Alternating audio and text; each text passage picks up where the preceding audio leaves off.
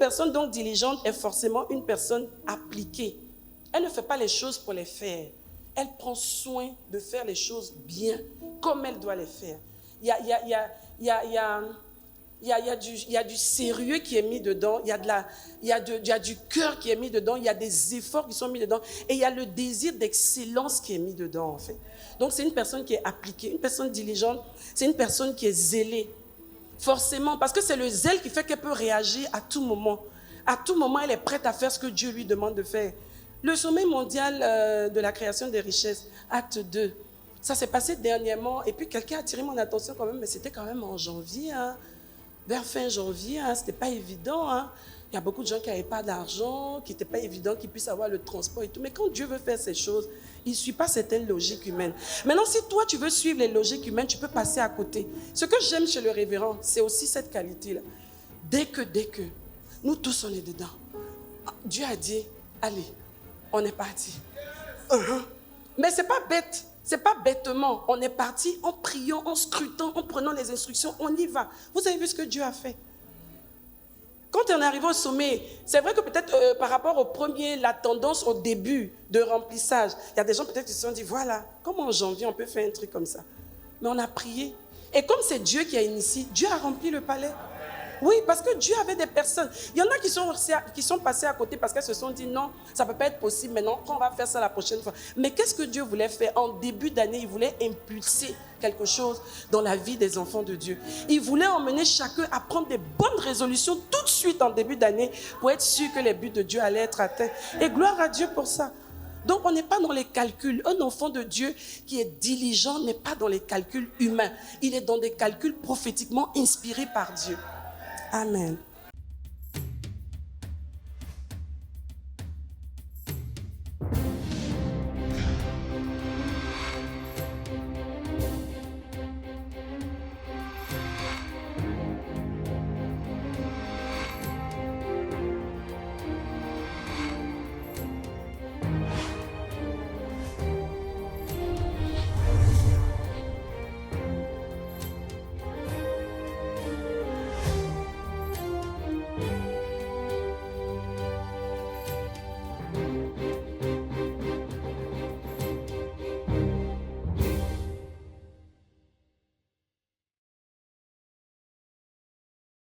Tu peux dire à ton voisin la diligence, une valeur divine.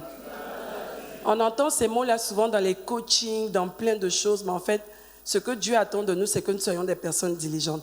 La diligence, c'est quelque chose qu'on doit d'abord retrouver chez nous, les enfants de Dieu. La diligence. Dis à ton voisin la diligence. Et dis-lui, si tu ne sais pas trop bien de quoi il s'agit, sois attentif parce que pendant le message, tu vas comprendre. Non, dis-lui ça. Ah. Est-ce que vous savez qu'il y a quelque chose qui m'impressionne à l'église, hein? Il y a des gens qui arrivent à l'église, c'est-à-dire on dit parle à ton voisin. Même bouger la tête comme ça, non, c'est pas normal. Parle à ton voisin. Non, c'est pas normal. Oui. Oh, vraiment. Si tu as une situation tout à l'heure, là, un peu incongrue, là, c'est le voisin tout de suite qui va intervenir. Ce n'est pas ton papa ou ta mère ou ton mari qui n'est peut-être pas là ou ta femme. C'est vrai. On est des frères, non? Dis à ton voisin, on est ensemble. Okay. Amen. Non, c'était juste on est ensemble, c'est fini. Le thème, c'est la diligence, une valeur divine. Proverbe 10, verset 3 à 7. Proverbe 10, verset 3 à 7. L'Éternel ne laisse pas le juste souffrir de la faim, mais il repousse l'avidité des méchants. Donc l'Éternel ne laisse pas souffrir le juste de la faim. Gloire à Dieu pour ça. Et comment est-ce que Dieu fait ça? On continue. Verset 4. Celui qui agit donc d'une main lâche s'appauvrit. Ici, ce n'est pas la lâcheté en termes de déloyauté et tout ça. C'est d'une main lâche, c'est-à-dire une main qui n'est pas ferme dans ce qu'elle fait, une main qui n'est pas engagée dans ce qu'elle fait, une main qui est nonchalante en fait. C'est de ça qu'il est question. S'appauvrit. Mais la main des diligents enrichit. On voit le mot diligent ici. La main des diligents enrichit. Comment est-ce que Dieu, qui n'aime pas, qui ne veut pas et qui ne peut pas laisser le pauvre, le juste souffrir de faim, voilà comment est-ce que Dieu travaille. Il emmène cet homme à ne pas avoir la main lâche pour s'appauvrir, mais la main d'un diligent pour s'enrichir. Amen. Ok, verset 5, pardon, on continue.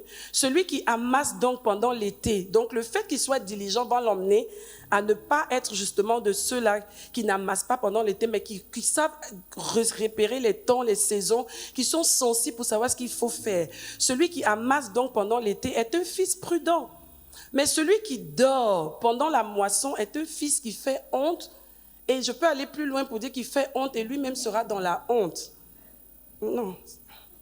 Je ne vais pas dire amen parce que je ne veux pas que ça arrive. Proverbe 12, verset 24, ce ne sera pas notre partage au nom de Jésus. La main des diligents dominera, mais la main lâche sera tributaire. La main de ceux qui ne veulent rien faire, qui ne veulent pas se fatiguer, qui ne veulent pas faire d'efforts, sera toujours dépendante de ceux-là, les diligents, qui vont toujours dominer et qui seront toujours au-dessus. Et la main de celui qui veut rien faire, qui est paresseux, sera toujours en train de tendre la main aux autres, de ceux-là qui auront reçu de Dieu parce qu'ils sont diligents.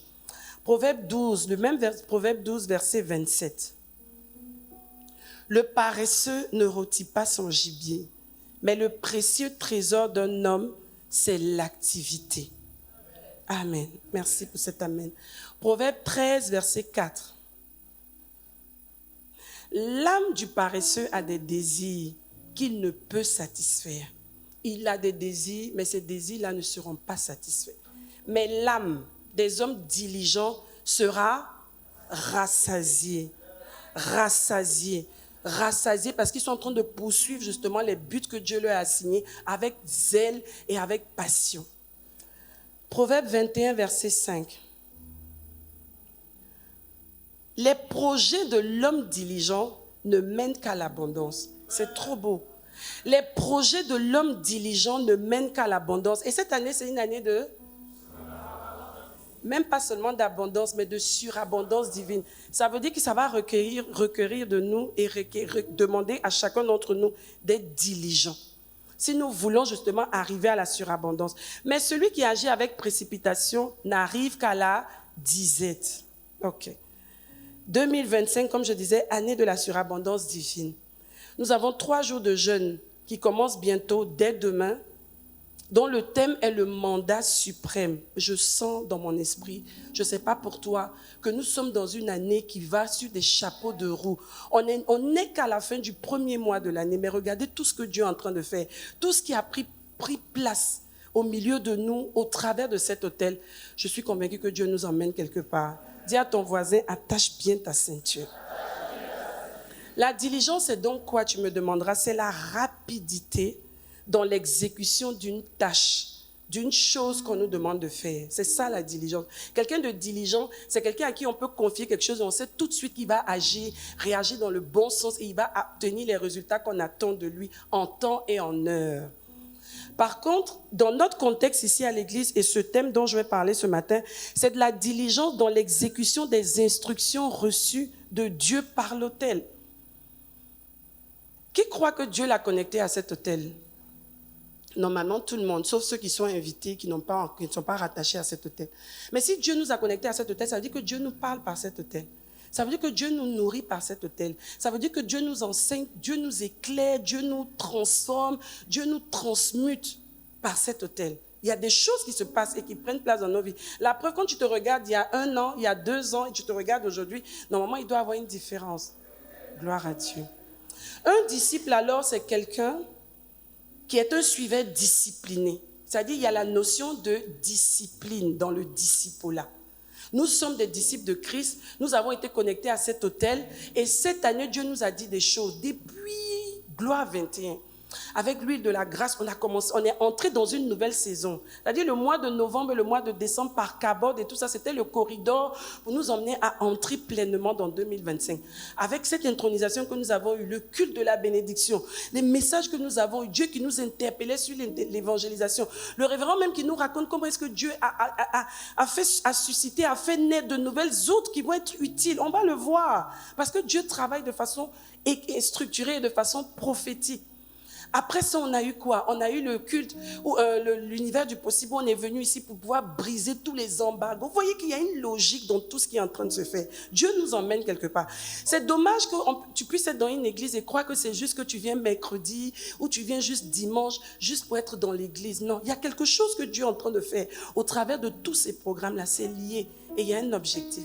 Et si nous sommes des disciples qui suivons Christ, qui nous a connectés à cet hôtel, nous devons nous demander quelle est donc la discipline que je dois mettre en place pour que tout ce que Dieu a annoncé arrive.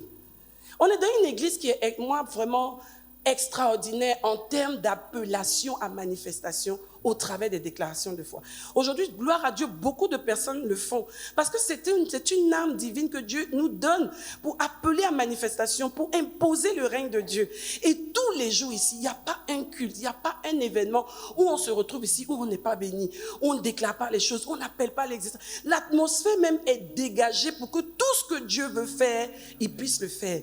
Mais qu'est-ce que Dieu attend de nous? C'est qu'on collabore. C'est notre collaboration et notre coopération. Tout est déjà prêt. S'il annonce à l'avance que l'année sera année de surabondance divine, c'est que la surabondance est déjà là. Mais il faut que nous puissions nous discipliner et nous encourager et faire un effort sur nous pour nous engager dans la manière dont nous allons appréhender, nous allons aborder cette année pour qu'en fin d'année, le 31 décembre à la prochaine traversée, que tu puisses dire gloire à Dieu. Saint-Esprit, je ne savais pas jusqu'où tu étais capable de m'utiliser.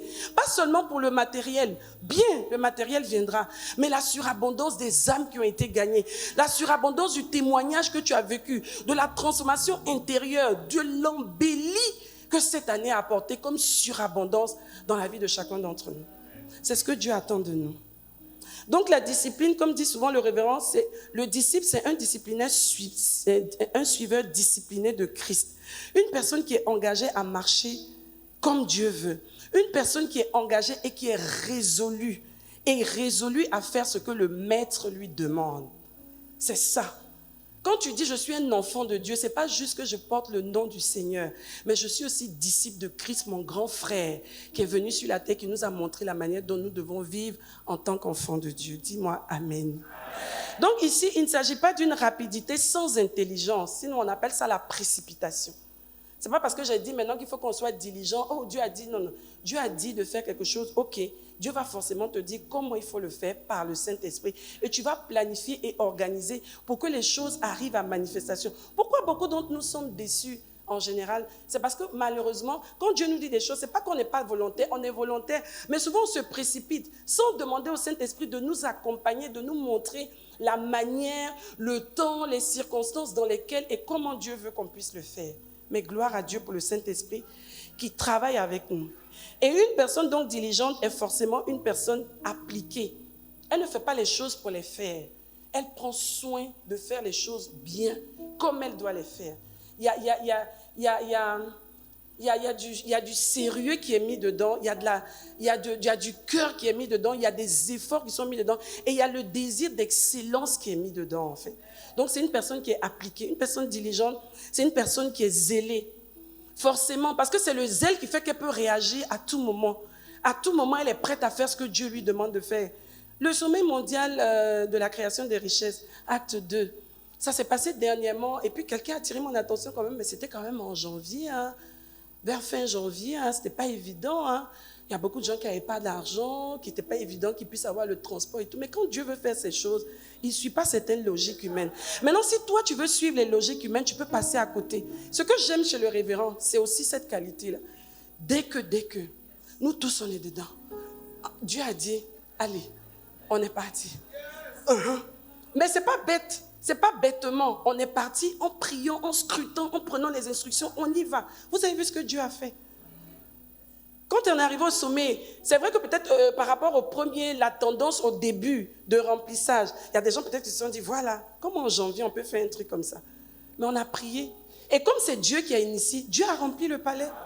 Oui, parce que Dieu avait des personnes. Il y en a qui sont passés à côté parce qu'elles se sont dit, non, ça ne peut pas être possible maintenant, on va faire ça la prochaine fois. Mais qu'est-ce que Dieu voulait faire? En début d'année, il voulait impulser quelque chose dans la vie des enfants de Dieu. Il voulait emmener chacun à prendre des bonnes résolutions tout de suite en début d'année pour être sûr que les buts de Dieu allaient être atteints. Et gloire à Dieu pour ça.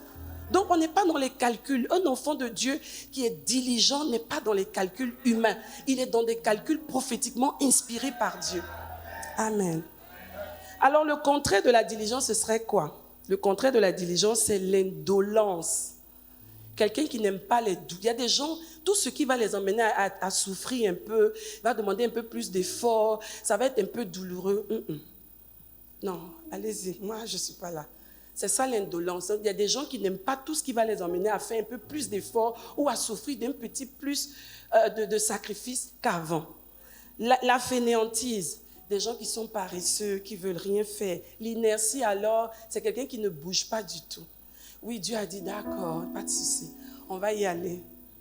1 semaine, 1 mois, 2 mois, 0.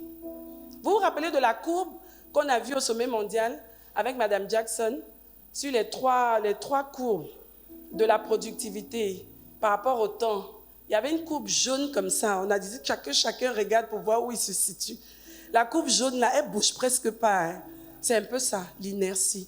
On fait rien, et puis à la fin d'année, on se plaint. Pourtant, tout ce que Dieu nous a demandé, on n'a pas bougé d'un iota. Ça ne peut pas marcher. Le laisser aller, la lenteur, la nonchalance, la paresse et même l'abandon. On commence quelque chose, après on s'arrête. On reprend un peu, après on s'arrête. Et puis une fois définitivement, la 3e fois, on arrête pour toujours. Ça ne peut pas marcher comme ça. Dieu est fidèle. Et je sais que cette année est spéciale, qu'elle marque un tournant. Et je sais que Dieu a besoin que chacun d'entre nous, au travers de ce message, parce que moi, ce message m'a beaucoup parlé moi-même. Et je me dis que Dieu veut qu'on puisse se rajuster rapidement. Voici un jeûne qui arrive. Il y a des choses que Dieu va faire pendant ces 3 jours de jeûne. Mais il y a quelqu'un peut-être qui est déjà là, qui s'est dit, non, moi, ce jeûne-là, vraiment, je vais reprendre ça en mars. Non. Dieu a donné une instruction sur laquelle il a dit, cette année, tous les débuts de mois, on va jeûner. Il sait pourquoi. Il sait pourquoi. Tous les débuts de mois, 3 jours de jeûne.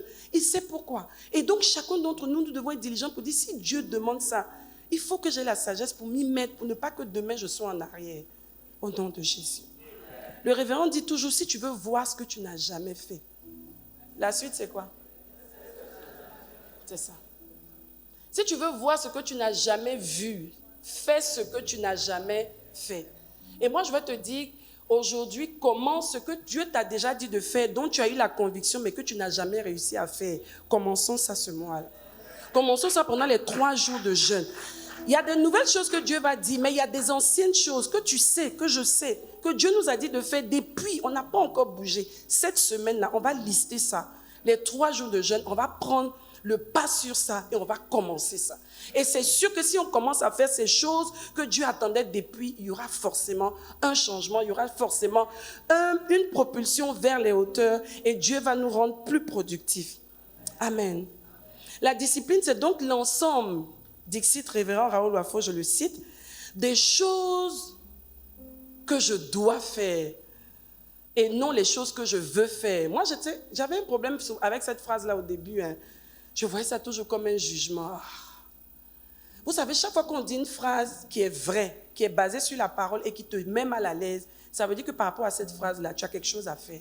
Ça veut dire que cette phrase-là te concerne. Et comme ça te concerne, soit tu prends l'option de régulariser ta vie, d'ajuster ta vie par rapport à la vérité de cette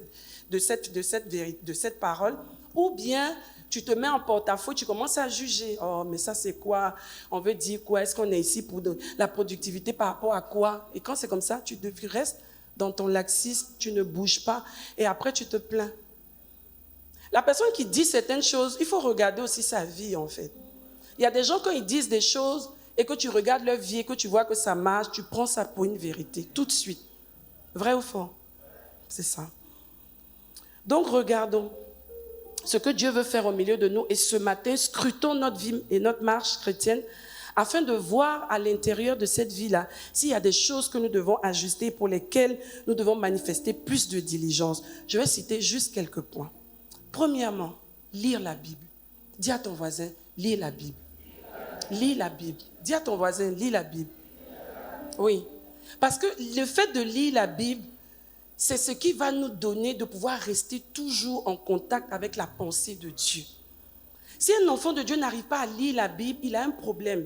Quand un enfant de Dieu n'arrive pas à lire la Bible, ça veut dire qu'il ne peut pas aller puiser là où il va recevoir tout l'enseignement, toute la connaissance qui va faire la différence. Vous connaîtrez la vérité et la vérité vous affranchira. Vous ne connaîtrez pas la vérité et vous serez toujours assujettis. C'est ça. Donc nous devons aller à la parole. Voici le pain quotidien qui reprend. Qui sait quand ça a repris? Ok. Je ne vais pas demander qui ne sait pas. Ça a repris. L'année dernière, on a fait un beau challenge, n'est-ce pas? Ne vous inquiétez pas, je ne vais pas vous demander qui a réussi à aller jusqu'au bout. Une année nouvelle est arrivée. Gloire à Dieu. On peut rattraper le tir. On doit prendre l'engagement cette fois-ci. On a 1 an. On n'a même pas, là on a déjà passé 1 mois. On a 11 mois pour lire toute la Bible. Quel bonheur ça peut donner à quelqu'un de réaliser que j'ai pu lire la Bible en entier. Un livre auquel on se référence tous les jours. Il faut quand même qu'un jour, on arrive à lire la Bible en entier. Tu es d'accord avec moi? Voici le challenge qu'on doit prendre. Cette année, chaque semaine, il y aura 3, tantôt 3, peut-être 2 chapitres à lire. On doit garder cette habitude, pas seulement la prendre pour les moments de jeûne, mais la garder. Et tu vas lever ta main droite si tu veux avec moi. Et on va prendre cet engagement diligemment devant Dieu. Et dis, Père, au nom suprême de Jésus, je m'engage cette année à m'attacher à la lecture de ta parole. Je veux lire la parole de Dieu, scruter la parole de Dieu, prendre la connaissance dans cette parole tous les jours de cette année 2025 au nom suprême de Jésus. Amen, amen, amen. Et je vais te donner justement pourquoi cet engagement que tu as pris est le meilleur. Josué 1, verset 8. Josué 1, verset 8. La Bible dit que ce livre de la loi ne s'éloigne point de ta bouche. Médite-le jour. Tu as toute la journée ou la nuit, mais il faut que cette parole-là ne s'éloigne point de nos yeux, pour qu'elle ne s'éloigne point après de notre bouche. Pour agir comme fidèlement selon tout ce qui est écrit, car c'est alors, on y va ensemble, que tu auras. C'est alors. Mais ça, ce n'est pas le vœu de tout homme en début d'année. C'est de réussir dans ses entreprises. C'est ça. Voici la clé. Si on s'engage à lire la Bible et à scruter la parole, à aimer la présence de Dieu, c'est vrai, mais à aller dans la parole de Dieu, je vous assure que cette année, nous réussirons au nom de Jésus. Ensuite, deuxième chose, prendre sur nous de manifester diligemment une vie de méditation de la parole. Méditer sur la parole et les instructions divines. Quand Dieu dit quelque chose, on doit s'arrêter et réfléchir. Laisser le Saint-Esprit décortiquer. Laisser le Saint-Esprit expliquer. Laisser le Saint-Esprit amplifier. Laisser le Saint-Esprit nous emmener à comprendre exactement ce que Dieu dit et ce que Dieu veut faire. Habakkuk 2, versets 2 à 3. L'Éternel m'adressa la parole et il dit: écris la prophétie, grave-la sur des tables, afin qu'on la lise couramment. Car c'est une prophétie dont le temps est déjà fixé. C'est déjà fait. C'est ça. Elle marche vers son terme et elle ne mentira pas. Aussi longtemps que je suis diligente, elle ne mentira pas. Et on ira sûrement vers le terme fixé et le temps fixé. Si elle tarde, attends-la, car elle s'accomplira certainement. Comment est-ce que je nourris mon attente? Parce que je note, parce que je grave quelque part. Tu me diras peut-être, moi je ne sais pas lire et écrire. Achète-toi un enregistreur et enregistre ce que Dieu te dit. Mais il faut que tu te rappelles. Vous savez, quand tu notes ce que Dieu t'a dit, ça te permet de voir le fil. Quand à certains moments, tu perds le sens des choses, tu as l'impression que les choses n'avancent pas, le Saint-Esprit va te ramener vers tes notes et tu vas comprendre que tu es dans une logique, il y a quelque chose qui est en train de se mettre en place et le Saint-Esprit pourra mieux t'expliquer dans quelle phase de la prophétie tu te trouves. C'est très important. Voici l'agenda qu'on a ici à 1000 francs. Chacun cette année, tu dois consigner. Dieu donne une instruction, tu écris. Pendant que tu médites, tu écris. Quelque chose qui te vient à cœur, sur lequel Dieu insiste, on écrit. Cette année, on doit avoir cette culture. Ça va nous permettre d'avoir la bonne attitude et de savoir qu'est-ce qu'on attend. Quels sont les sujets de prière pour lesquels je persévère, je continue. Si ce n'est pas écrit, à un moment donné, j'oublie. Et puis un jour, quand ça me revient, je me dis non, Dieu est méchant. Dieu fait acception des autres, des gens. Il a fait ça pour l'autre, il n'a pas fait ça pour moi. Non, mais entre-temps, quand il m'a dit, est-ce que j'ai écouté les instructions qu'il a données pour que j'y arrive? C'est ça. Amen. Ensuite, être assidu au temple. Dis à ton voisin, être assidu au temple. Quand on demande d'être assidu au temple, ce n'est pas pour les statistiques. Ce n'est pas pour faire plaisir, pour dire que l'église était remplie. L'église peut être remplie et Dieu travaille avec 4 personnes. C'est dramatique. Ce n'est pas ça le plus important, mais c'est que Dieu atteigne ses buts dans nos vies.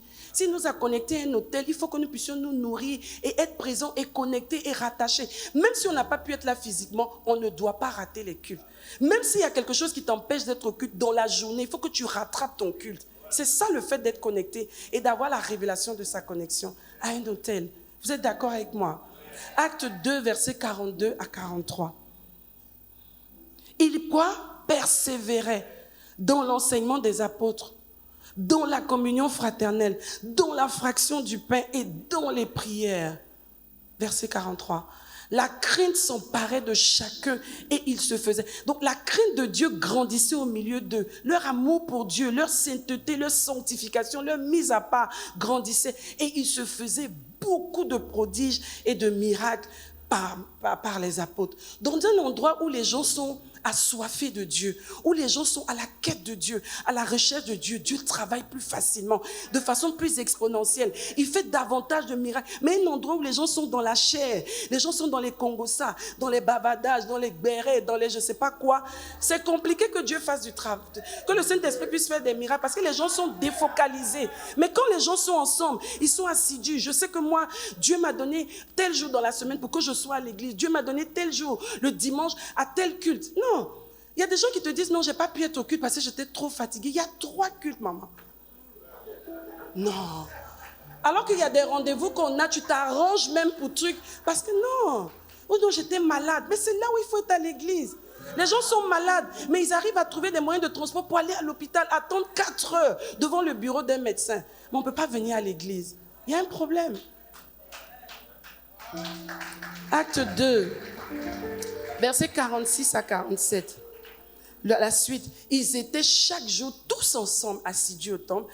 Ils rompaient le pain dans les maisons. Ils prenaient leur nourriture avec joie et simplicité de cœur, louant Dieu et trouvant grâce auprès de tout le peuple. Et le Seigneur ajoutait chaque jour à l'église ceux qui étaient sauvés. Oui, parce que Dieu savait qu'il pouvait confier de nouvelles âmes à cette communauté qui était tellement dynamique. Il n'allait pas y avoir là-bas des dragons qui allaient les chasser, mais plutôt des gens qui allaient les couver, les encadrer. Pas des gens qui allaient créer le désordre ou être une occasion de chute pour ces personnes. Mais que Dieu nous aide. Cette année, nous sommes déterminés. Diligemment, nous y arriverons au nom de Jésus. 4e point, réécouter les messages. On ne le dira jamais assez.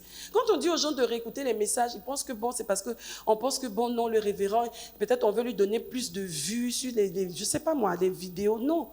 C'est parce que quand tu écoutes un message une seule fois, il y a des choses qui peuvent t'échapper. Et quand tu réécoutes, vous êtes d'accord avec moi, quand tu réécoutes, il y a des messages ici qu'on écoute depuis qu'on jeune, depuis peut-être 10 ans. Ça revient en boucle. Mais chaque fois qu'on réécoute ces messages-là, on est béni. Pourquoi? Parce qu'il y a toujours quelque chose que Dieu va allumer par rapport à la circonstance présente, que Dieu va révéler pour qu'on puisse avancer. Nous devons réécouter les messages. Si Dieu nous bénit, quand tu finis un message, que tu es béni, tu exultes de joie, ça veut dire que Dieu veut que tu puisses puiser tout ce qu'il y a dans ce message avant d'aller plus loin. Moi, j'ai un message en ce moment que j'écoute en boucle, c'est le mandat suprême. Le premier message de Kabod, du révérend, ça m'a saisi aux entrailles. Je me suis dit non, ma vie, ce que j'ai fait jusqu'à aujourd'hui pour Dieu, c'est bien, mais c'est rien du tout. Je dois aller plus loin encore. Donc, tu es challengé en fait dans ton engagement pour l'œuvre de Dieu. 5e, évangéliser. On a suivi un message ici le 12 janvier avec le révérend Déné. Évangéliser, en faire notre priorité en 2025. Vous vous rappelez comment on était tous émus et qu'on réalisait vraiment il fallait qu'on puisse répondre à l'appel de Dieu en termes d'évangélisation. Mais voilà 2 semaines que ce message est passé. On avait pris de grands engagements, vous vous souvenez? Mais où en sommes-nous aujourd'hui? Voilà, dimanche, pas comme les autres. le divorce avec la pauvreté. Combien de personnes nous connaissons qui croupissent sous le mandat, la domination de l'esprit de pauvreté? Nous les connaissons. Mais combien allons avoir le courage de leur dire, viens divorcer avec la pauvreté? Même le thème là, il y en a même qui se disent, c'est déjà trop fort. Comment je vais prendre même la carte là pour aller dire à quelqu'un, viens divorcer avec la pauvreté? Toi-même, tu ne te crois même pas. Tu te dis, mais ça, on va divorcer comment? Et comment tu vas pouvoir... Mais c'est ça. Alors que si déjà le thème t'a interpellé, que tu es entré dans la prière pour avoir la révélation, Dieu va te montrer toutes les personnes à qui tu dois parler de ça, pour que ces personnes-là soient gagnées et que ces personnes-là sortent du joug de la pauvreté. Dieu nous attend. Le révérend a des thèmes, souvent quand il les sort comme ça, je me dis, mon Dieu, quelle audace. Mais en même temps, comme je sais que ça vient de Dieu, je me dis, ça voilà ce que Dieu veut audacieusement aussi faire dans la vie des hommes. Amen. Nous devons mettre des stratégies. Mercredi, dimanche, ça suffit comme ça qu'on vienne au culte toujours seul. Il faut que les gens, même ne serait-ce de notre maison, nous accompagnent. Il faut que nos servantes, notre personnel à la maison arrive à dire, non madame, cette année je vais aller à l'église. Tu as trop changé, tu es devenu vraiment, tu me challenges même. Mais pas une, tu dis que non, moi celle-là, tant que non, je ne vais jamais la suivre à l'église. D'ailleurs, même dans 2 mois prochains, là, je m'organise même pour la laisser ici. Non. On doit gagner les âmes. On doit gagner les âmes. On ne doit pas juste être impressionné ou bien touché juste pour 2 semaines, 1 semaine, 2 jours, mais toute l'année, toute notre vie. Nous sommes nés pour gagner des âmes. Nous sommes nés pour être des instruments pour gagner des âmes. Nous devons évangéliser, c'est systématique. Systématique. Tu rencontres quelqu'un, tu parles du Seigneur. Tu es dans ton salon de coiffure, les gens arrivent. La personne a un problème, ce n'est pas tout de suite, oh, tu sais, les hommes. Non, tu commences à lui parler de Jésus. Jésus peut te sortir de là. C'est ça. Dans le woro, dans le baka, partout. Cette année. Et 6e pour terminer, servir Dieu. Que cette année, chacun s'engage à entrer dans le département que le Seigneur lui montre et à servir Dieu avec son cœur, avec diligence, sans servir pour les hommes, sans servir pour des récompenses charnelles, sans servir pour l'argent, mais servir Dieu. Et servir Dieu, c'est servir Dieu. Quand on est diligent, on est passionné, on est zélé, on est assidu. C'est pas aujourd'hui je sais, et puis dans 2 mois je disparais, je reviens. Non, je suis constant. Voilà la prière que nous allons faire ce matin. Ce message, c'était juste comme en début d'année, qu'on vient à l'école et on nous rappelle juste certaines choses. C'est des choses qu'on connaît, mais c'est qu'on puisse prendre l'engagement. Et ce matin, le révérend, quelque chose d'extraordinaire s'est passé au premier culte. Quand il a fini et qu'il a présenté, enfin, peut-être qu'il le fera, je n'entre pas dans les détails, mais le Saint-Esprit m'a dit, effectivement, d'hier, il m'a dit qu'il y a des choses que tu as arrêté de faire. Il faut que tu les reprennes. Il faut que tu les reprennes. Il faut que tu recommences à réorganiser tes trucs. Recommence à faire telle chose. Recommence. C'est pour ça que ce message me parle. Et je me dis que si Dieu me parle, ça veut dire qu'il parle à toute l'Église au travers de moi, en fait. Que Dieu nous aide. On va prier. On va prier ce matin. Pas juste amen, mais on va prendre des engagements. Non. La vie en dents de scie, les résolutions en dents de scie, ça suffit. Oui, Seigneur. La grâce de Dieu est là. On dit souvent non, vraiment par la grâce de Dieu. Oui, la grâce est déjà là. Donc on n'a plus besoin d'appeler la grâce de Dieu, on a juste besoin de s'engager.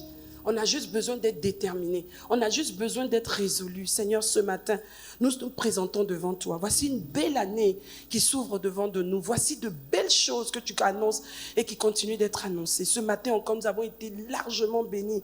Des déclarations terribles, puissantes sur nos vies. Mais nous ne voulons pas juste être là à regarder comme des spectateurs et laisser la vie nous passer devant. Mais nous voulons être acteurs. Il est mis ici au temple de la foi plus action égale résultat. Que ça ne soit pas juste un slogan qu'on arrête même de regarder, mais que chaque jour, quand nous venons sur cet autel, qu'on puisse regarder cela et qu'on puisse se rappeler que nous devons agir sur la foi qui est suscitée sur cet autel pour que nous obtenions des résultats divins. Nous prions pour plus de diligence, encore plus de diligence au nom suprême de Jésus. Amen, amen, amen.